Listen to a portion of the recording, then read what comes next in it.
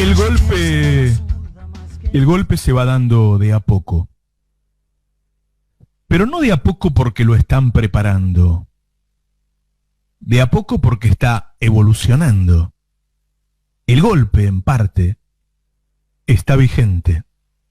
El presidente no está ejerciendo todas sus facultades constitucionales. El presidente no está decidiendo sobre todos los asuntos para lo que está facultado por la Constitución Nacional.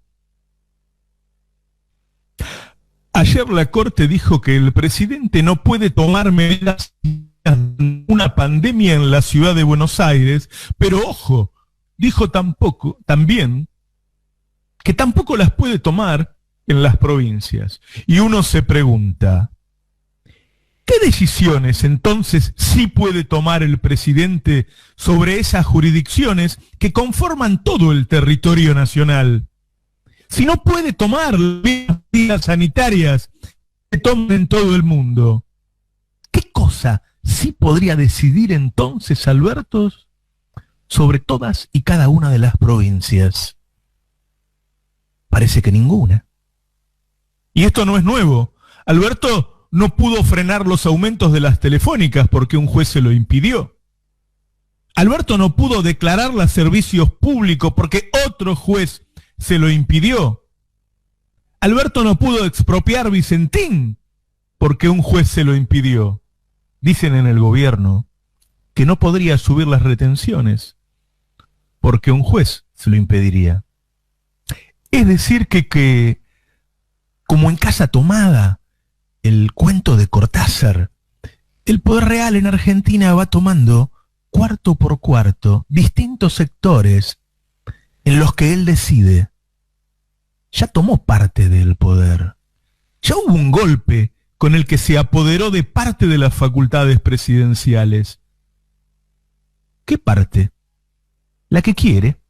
Alberto gobierna sobre las cosas en las que no tiene oposición. Es decir, no solo tomaron una parte del poder, tomaron la parte que quieren, la que les interesa. Alberto puede gobernar sobre las cosas que a ellos no les interesan. ¿Qué se hizo al respecto? Pongamos en fila, por ejemplo, las cosas que se anunciaron. La reforma judicial, el cambio del procurador, el Tribunal Superior, la Comisión Bicameral. Algunas se presentaron y no avanzaron. Otras no se presentaron. Hay muchas cosas que no se hacen porque no se puede. En otros casos no se intenta siquiera. Pero al no hacerlas se debilita aún más el gobierno y entonces cada vez será más difícil lograrlas. Si no se recuperan los cuartos tomados, ellos siguen avanzando. El gobierno se debilita no solo porque le toman la casa, también porque la pauperización de la vida de los trabajadores va resintiendo la relación con el gobierno. ¿Lo va a defender el pueblo, Alberto, para que no le sigan tomando ambiente si Alberto no les da algo? Cuando Perón era secretario de Trabajo y Previsión y vio que venían por él, ese día, dictó una serie de decretos con aumentos salariales y un montón de mejoras en las condiciones de trabajo. No fueron las primeras, obvio, por algo lo querían meter en cana, pero fueron muy fuertes las decisiones que tomó ese mismo día. Al otro día lo llevaron preso, pero él ya se había asegurado la fidelidad de los trabajadores. Este gobierno, en cambio, va perdiendo poder en manos del poder económico al tiempo que sigue tributándole a ese poder económico. Otra cosa, es cierto, muy cierto, que hay un problema de relación de fuerzas. Pero no solo para fuera de la coalición. El mayor problema es que dentro de la coalición hay jugadores que juegan otro partido. Alberto, un hombre con convicciones progresistas claras, en muchas cosas de las que quiere hacer, no cuenta con gobernadores como Perotti, como Bordet, y ni hablar de Schiaretti. Tampoco tienen ganas de dar ninguna batalla a Daer, ni Cavaliere, ni ninguno de esos traidores. Lo que quiero decir no es que no da la relación de fuerzas, porque el peronismo no es suficiente. No la da porque parte del peronismo juega para ellos.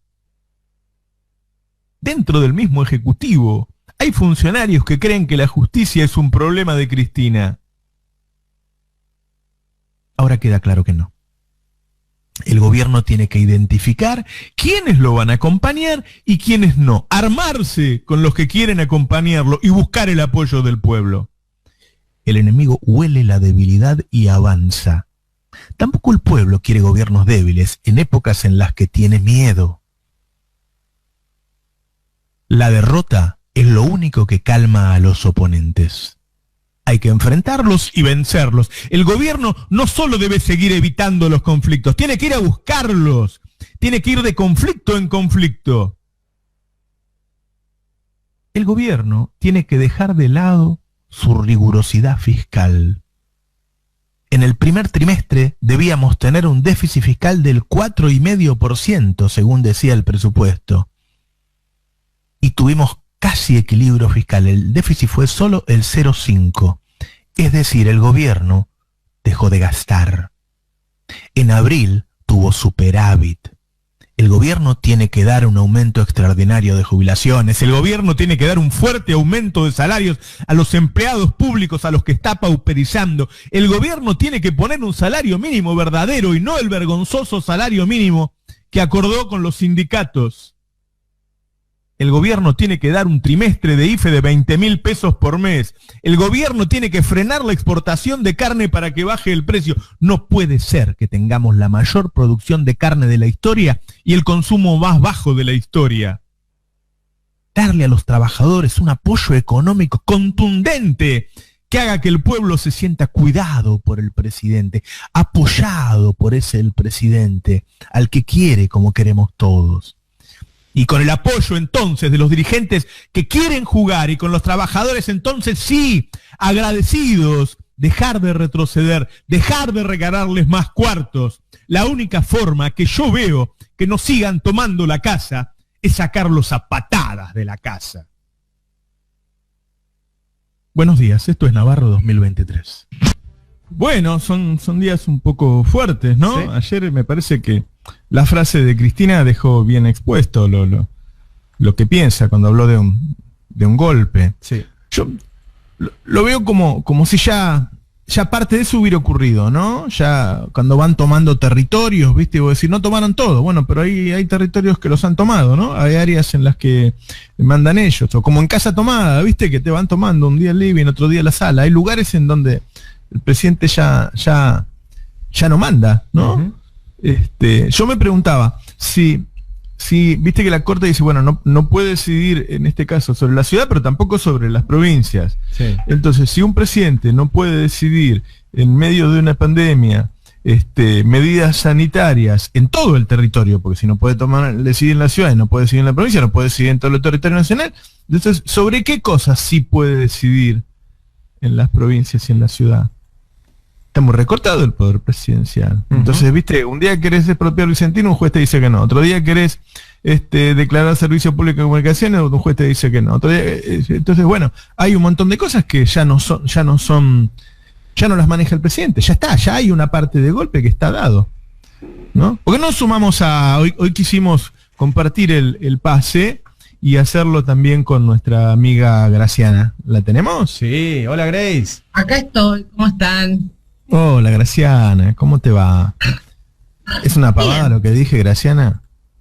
No, yo creo que claramente hay un sector del Poder Judicial muy centrado en impedir que el actual gobierno pueda ejecutar sus políticas públicas. Porque como decís vos, no es el fallo de la Corte, no es solo el fallo por los servicios públicos de Telecom, son una serie de fallos que tienen un solo objetivo, que es impedir que se lleven adelante determinadas políticas públicas. Y yo voy a decir algo que me preocupa especialmente, tal vez porque sea la cosa que más prensa produce hoy, pero tengo la sensación que las políticas públicas que buscan entorpecer son específicamente aquellas que permiten surfear de alguna manera esta situación de la pandemia.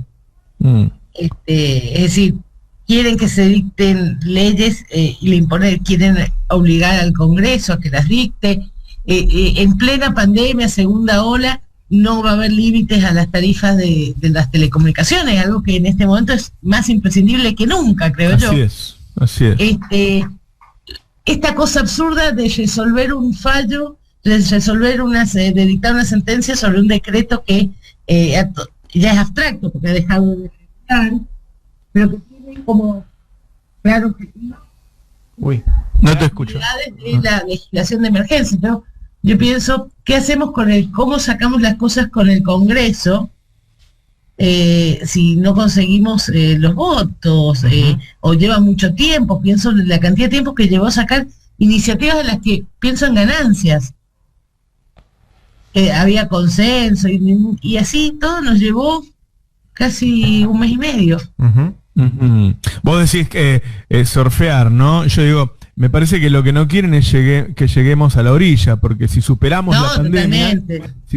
la pandemia, la verdad es que este gobierno, el gobierno de Alberto, va a tener la posibilidad de demostrar la enorme diferencia a favor que tiene con el de Macri. No ha tenido el tiempo para mostrarle a la población, ¿no? Pero te voy a decir algo que a mí me preocupa incluso más allá que yo soy funcionaria del legislativo en este gobierno. No me preocupa tanto la situación de Alberto Fernández en sí mismo, del gobierno en sí mismo, sino algo que es mucho más básico, Roberto, Yari. Me preocupa horrores que no les importen las vidas y la salud de las personas. Ni siquiera lo estoy poniendo en términos de poder político. Lo estoy poniendo en términos de personas y vidas, que es lo que está en juego en esta pandemia. Bueno, pero me parece que es consecuente con el discurso y con una cultura que se ha instalado. Hay una cultura de desprecio por el otro y fundamentalmente por el que menos tiene, por el más vulnerado. Digo, está en el discurso de la derecha eso. Entonces, si no te interesa el otro, entre otras cosas, no te interesa la vida del otro. A mí me llama mucho la atención a veces, porque yo digo, no son 5 periodistas, son cientos los que han hecho campaña para que la gente se rebele, salga a la calle y obviamente finalmente se contagie, los que han hecho campaña antivacuna.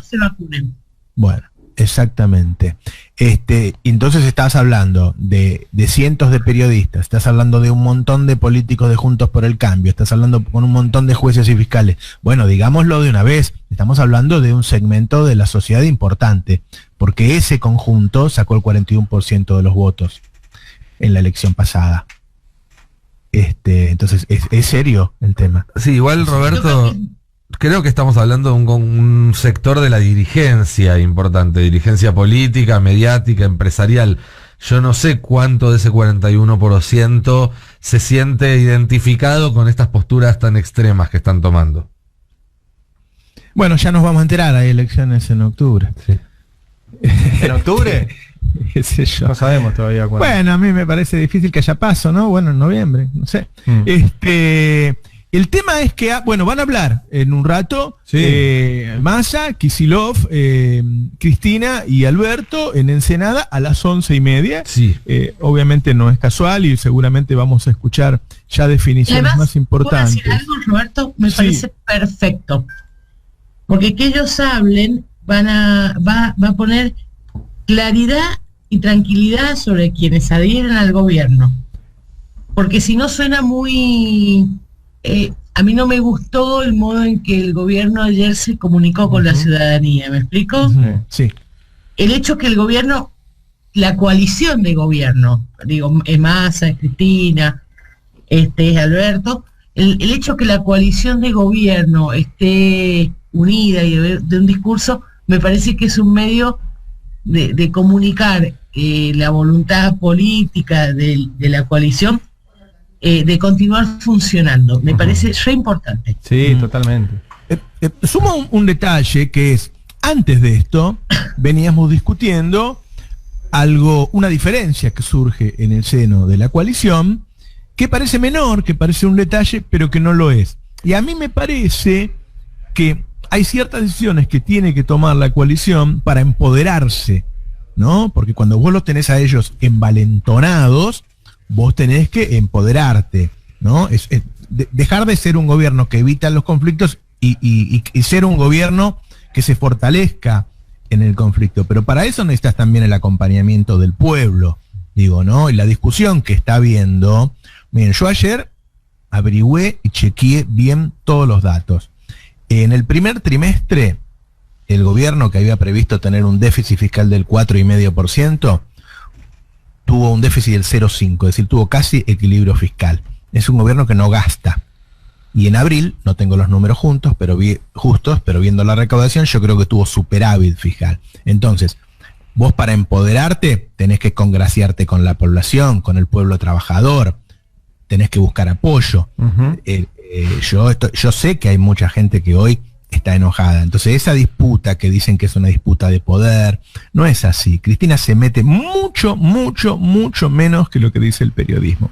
Cristina opina cuando realmente piensa que hay algo que puede dañar al presidente, lo está cuidando al presidente. Entonces cuando Cristina dice no suba las tarifas o hace algo con la carne o da un IFE más y qué sé yo, lo dice para cuidar al gobierno. A mí me parece que además de hablar, el gobierno tiene que darle muestras a la población de que lo está atendiendo, y este número que yo acabo de verificar, que estamos en equilibrio fiscal, debemos ser, tendría que averiguarlo, pero quizás seamos el único país en el mundo que está en equilibrio fiscal en medio de una pandemia. Todos los países están gastando a lo loco. Sí. Y recaudación hay. La recaudación en abril subió un 107% con respecto a abril del año pasado.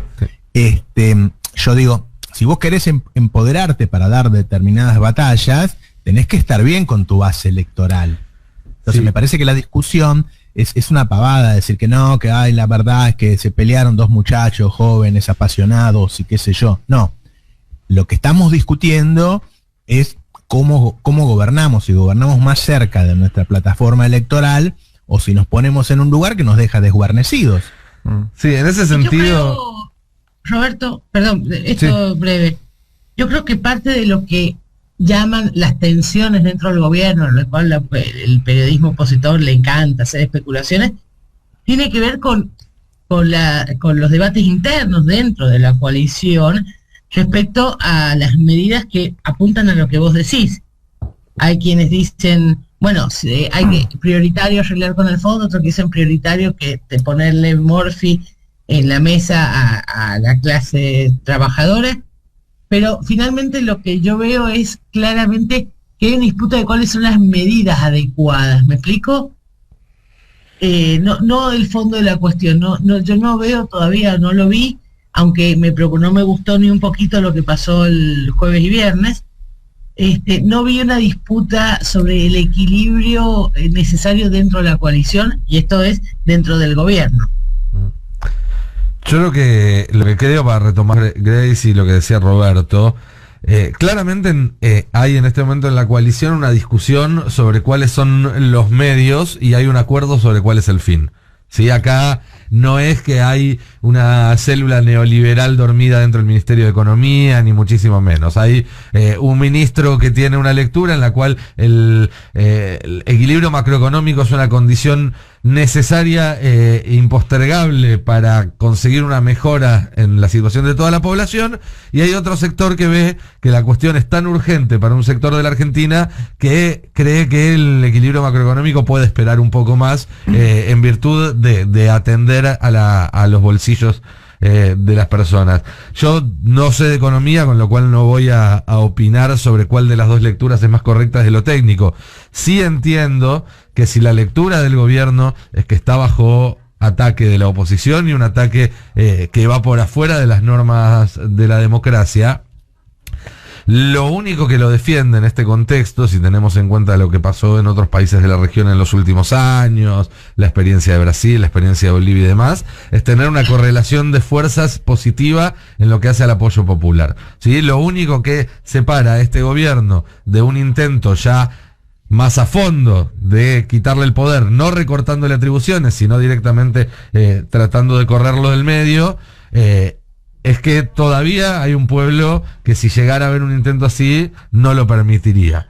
Mi duda, perdón, Grace, para terminar, es Este mismo pueblo lleva 5 años resistiendo daño y resistiendo un deterioro de sus condiciones de vida, más allá de que obviamente 4 de esos 5 años son culpa del macrismo y el otro año restante es culpa de la pandemia, pero a la gente cuando se le acaba la paciencia no se va a detener a repartir culpas. Con lo cual creo que es importantísimo que el gobierno empiece a dar buenas noticias, empiece a dar tomar medidas populares, medidas que el pueblo pueda identificar y reconocer como medidas tomadas a favor suyo y que repercutan en una mejora real de su calidad de vida. Si no, va a estar absolutamente a la intemperie este gobierno cuando traten de voltearlo. Deja brevemente, estoy súper de acuerdo, Nico, en lo que estás diciendo.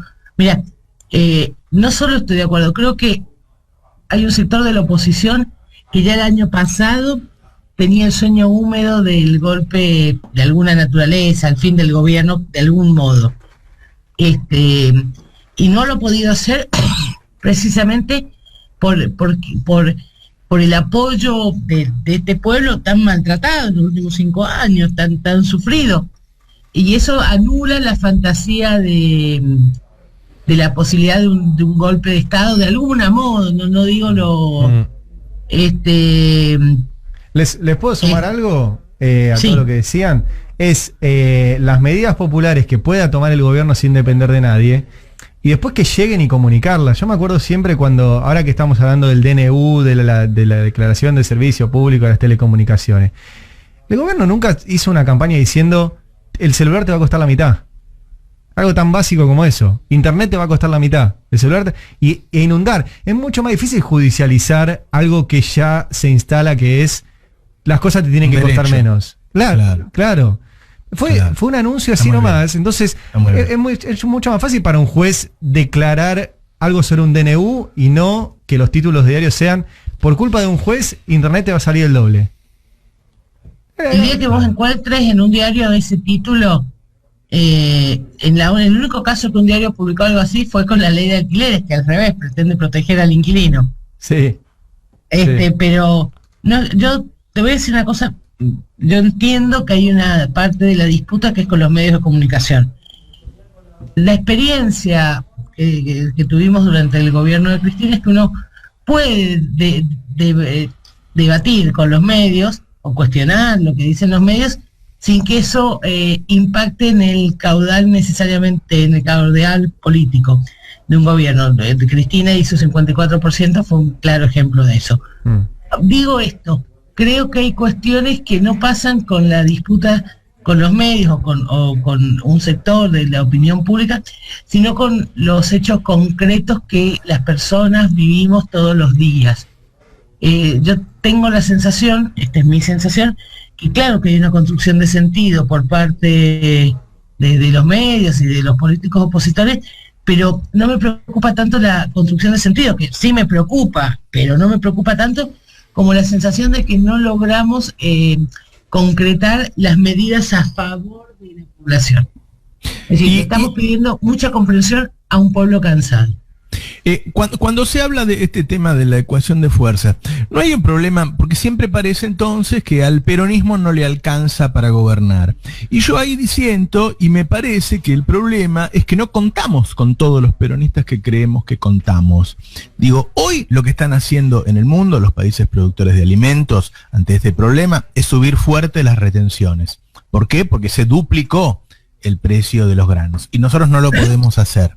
Este gobierno, para tomar ese tipo de decisiones, no cuenta con el apoyo, no solo de Schiaretti, no cuenta con el apoyo de Perotti, no cuenta con el apoyo de Bordet. Es decir, no creamos que está todo el peronismo luchando contra todo el... porque no es así. Lamentablemente, esta es una coalición tan amplia que hay muchos que están jugando otro partido. Entonces no es que contás con todos para dar cada pelea, porque hay muchas peleas en los que algunos son neutrales o en algunos casos son antagonistas. Están del otro lado. Sí, pero si vos lográs, si vos tomás medidas que son verdaderamente populares y que tienen gran respaldo de la población, entonces los neutrales van a pasar a apoyarte y los que están en contra se van a quedar calladitos. Y siempre fue así.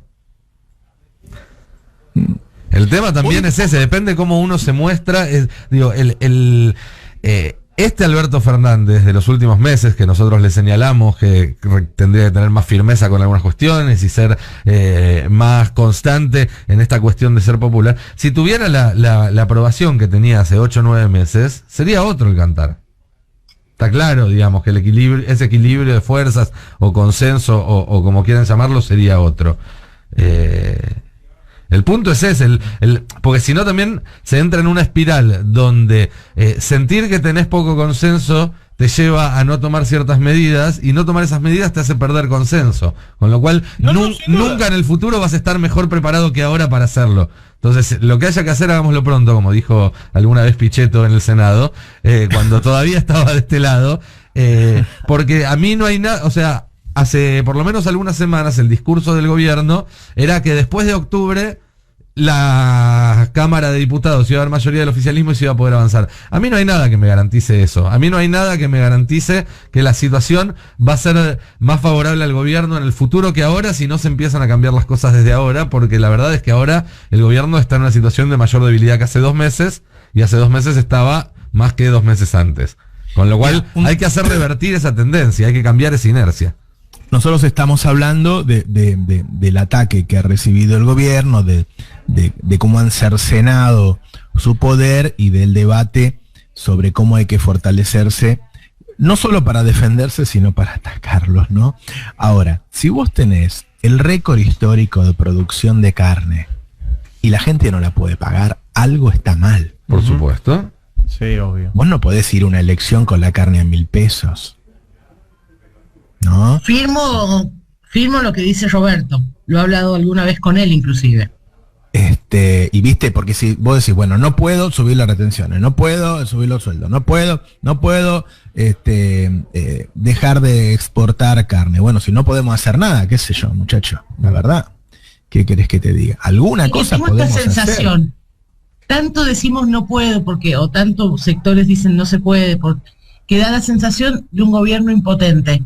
Sí, y el gobierno no es impotente por aquellas cosas que cree no poder hacer, sino que finalmente es impotente por aquellas cosas que intenta hacer y se traban. Digo, no es que es impotente porque no hizo nada con la justicia, porque no puede. Lo hizo, está trabado en diputados. ¿Me explico? No es que no hizo nada por el precio del cable, lo hizo y se lo paró. Yo, perdón, Grace, no coincido mucho ahí, porque yo recién citaba, no sé si la pudiste escuchar, la editorial de Roberto Caballero ayer, la diferencia entre tener buenas ideas y que se hagan.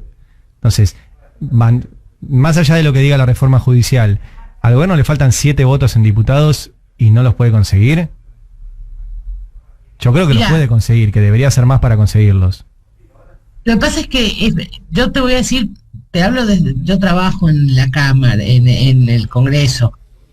Te voy a decir una cosa, no es que no se intente, se sigue intentando, pero hay una posición irreductible. Macri conseguía los votos en el Congreso, ¿no los podemos conseguir nosotros? Sí, pero Macri tenía un Pichetto, tenía de jefe de la bancada opositora, quien luego terminó siendo su candidato a vicepresidente. Pero en el Senado, en diputados está trabado esto. 7 votos de diputados. Lo que te quiero decir, el juego de Pichetto no solo alcanzaba a la Cámara de Senadores. La verdad es que tenía un armado donde la oposición, salvo un núcleo duro, era bastante abierta. Pensá lo que pasó con el arreglo con los fondos buitre. Es decir, esa cuestión no es menor.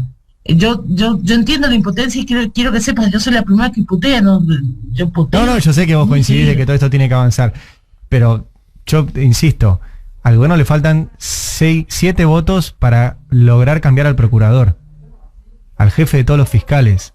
A ver, esa negociación la conozco porque la he visto muy de cerca.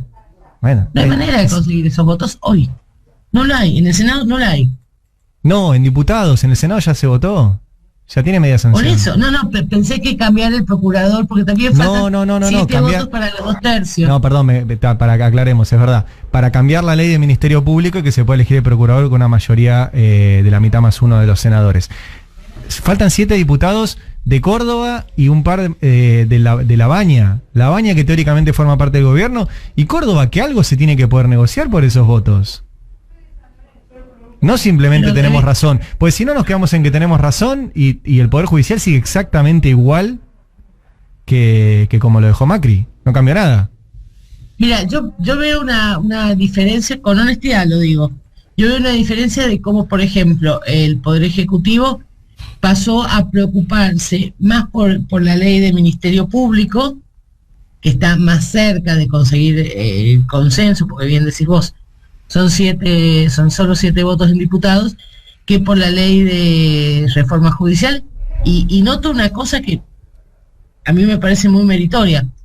El presidente de la Nación, sus ministros, están priorizando no la ley que impulsó el propio Poder Ejecutivo, sino que están impulsando la situación de la ley respecto al Ministerio Público.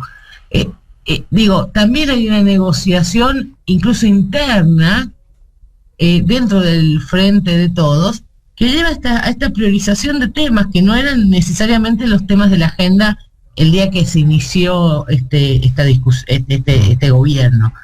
A mí me parece, voy a repetirlo a riesgo de sonar como un horror de burócrata, pero yo quiero decirlo. A mí me parece que a veces le exigimos al gobierno cosas que todavía no puede conseguir.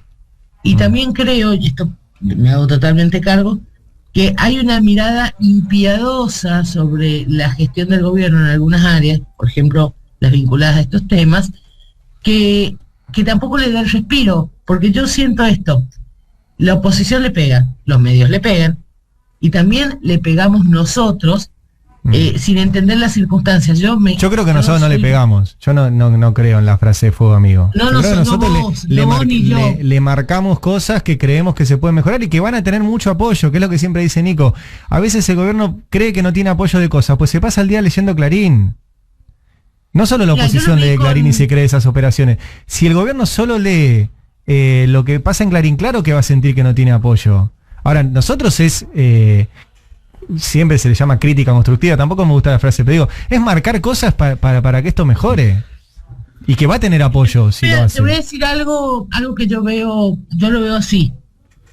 Marcar cosas está bien. Yo no veo una objeción. Pero sí me preocupa mucho, y lo digo con honestidad, que nadie da ideas superadoras. Y lo digo también, esto lo ves todos los días. Ok, no nos gusta esto. Bueno, propongan una idea alternativa. Yo lo que veo yo he presentado proyectos completos. A mí me llamó Basterra para decirme qué buena idea que tuviste con el tema de retenciones. Digo, no es mi caso. Yo trabajo y presento ideas. Pero no estoy hablando de vos, no estoy hablando de mí, no estoy hablando de Gary. Estoy tratando de salir de bueno, pero los únicos críticos somos nosotros dentro del oficialismo. No, a ver, yo no siento que vos seas crítico, marcás cosas, pero no sos crítico. En los términos en que yo lo estoy diciendo. Estoy pensando, por ejemplo, en algunos dirigentes que a mí me preocupa su posición, porque finalmente se dicen peronistas, dicen respaldar a este gobierno, y que en sus conductas luego no se verifican. No estoy hablando de individualidades, estoy hablando de conductas políticas. Es que hoy es un muy buen día para que Alberto le hable a todo el peronismo y le diga: hasta ahora muchos decían que el problema de la justicia era el problema de Cristina. Ahora nos damos cuenta que no, que es un problema de todos el problema de la justicia. Es decir, Alberto le tiene que decir a todos que es un problema de todos. Porque si no, está extendido, y digámoslo, dentro del Ejecutivo también, que el problema de la justicia es un problema de Cristina. A ver, mira, ayer me pasó esto en un programa, déjame que lo cuente. Estábamos hablando sobre el fallo de la Corte, y una periodista que además no es para nada una periodista que tenga animaversión respecto a mí, no lo tomé ni como título de chicana personal, porque descreo de esa posibilidad respecto a ella. Y estábamos hablando, y estaba explicando el fallo de la Corte y por qué, lo que me parecía mal de lo que había dictado. Me dice, bueno, pero sale Cristina, y Cristina tiene una crítica sobre el Poder Judicial por su situación procesal. Yo, ya, Patricia, no me parece, porque Cristina diferencia bien su situación judicial la crítica general. Si vos lees el hilo del tuit que publicó ayer Cristina sobre el problema del Poder Judicial, no mencionó que ese mismo día se había presentado a cuestionar a Hornos y Borinsky en el marco de un pedido de nulidad de la causa memorándum.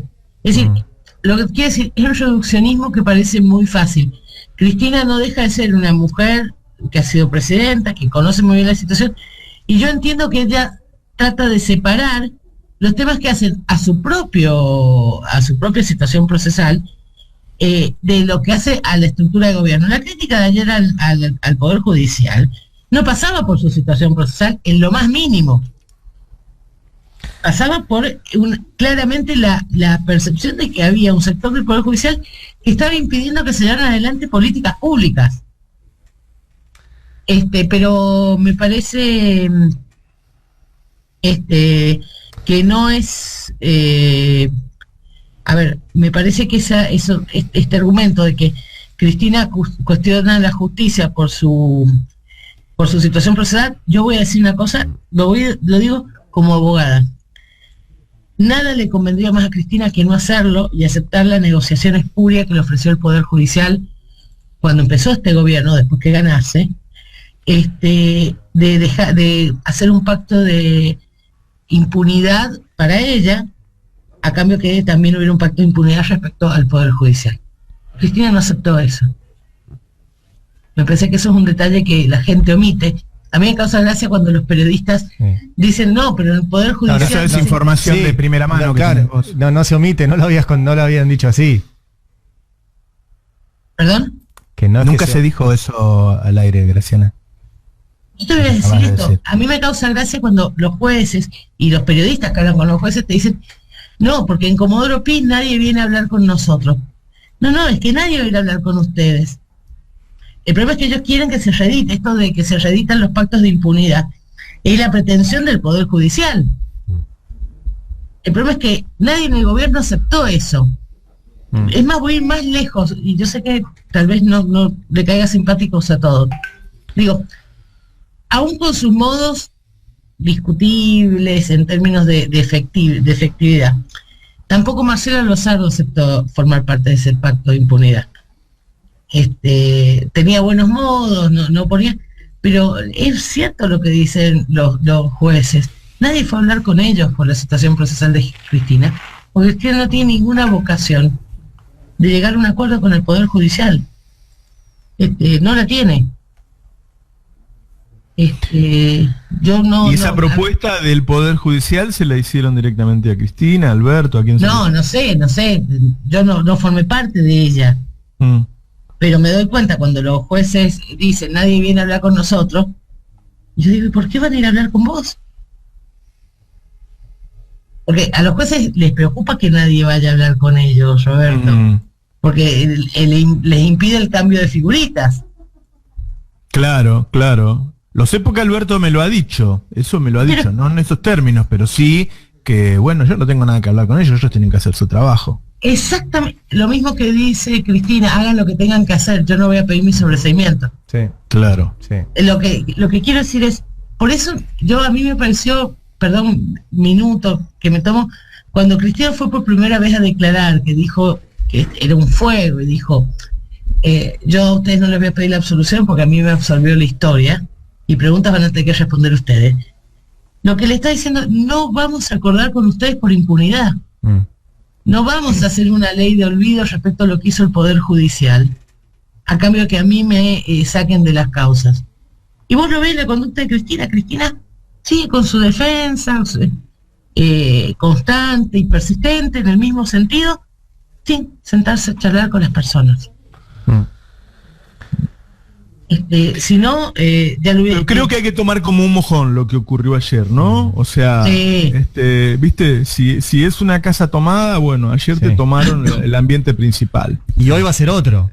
O sea, lo que pase ahora a 11:30 de la mañana va a ser clave.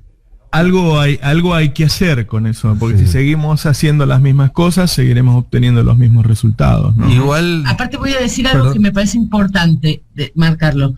Lo de ayer también fue el bienvenido a la política de Horacio Rodríguez Larreta por parte de la Corte. La Corte empezó a navegar las vías de acercamiento con Horacio Rodríguez Larreta, Claro. y ahí hay una clara toma de posición política por parte de la Corte, y no hay que omitirlo, porque todavía no sabemos si va a ser candidato o no, pero lo que tenemos claro es que la Corte Suprema, es decir, el máximo órgano de justicia de este país, habilitó de alguna manera el lanzamiento político de Horacio Rodríguez Larreta en otro rol, en un rol que incluye su relación con la Corte Suprema. La Corte tenía que elegir entre Larreta y Alberto y eligió con Larreta. Yo creo, no sé si la Corte tenía que elegir entre Larreta y Alberto. Tenía que elegir entre aplicar la ley o no hacerlo.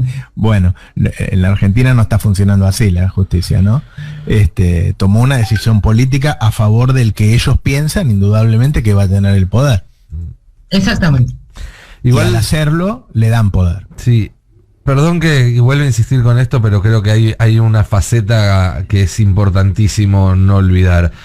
Si la gente tiene para comer y el gobierno se pelea con la justicia, la gente puede atender los argumentos del gobierno y entender por qué la justicia está haciendo lo que está haciendo, y el gobierno contar con un apoyo popular formidable para avanzar contra la institución que menos confianza tiene la sociedad argentina. Si la gente no tiene para comer y el gobierno se pelea con la justicia, la gente putea a los dos, porque piensa que te están ocupando de cosas que no son lo importante. Bueno, me acuerdo mi viejo, viste, cuando tenía sueño y tenía visitas, agarraba el reloj y le empezaba a poner en hora para el despertador para el otro día, viste. ¿Por qué actúas como si fueras el dueño de la radio? Me fascina.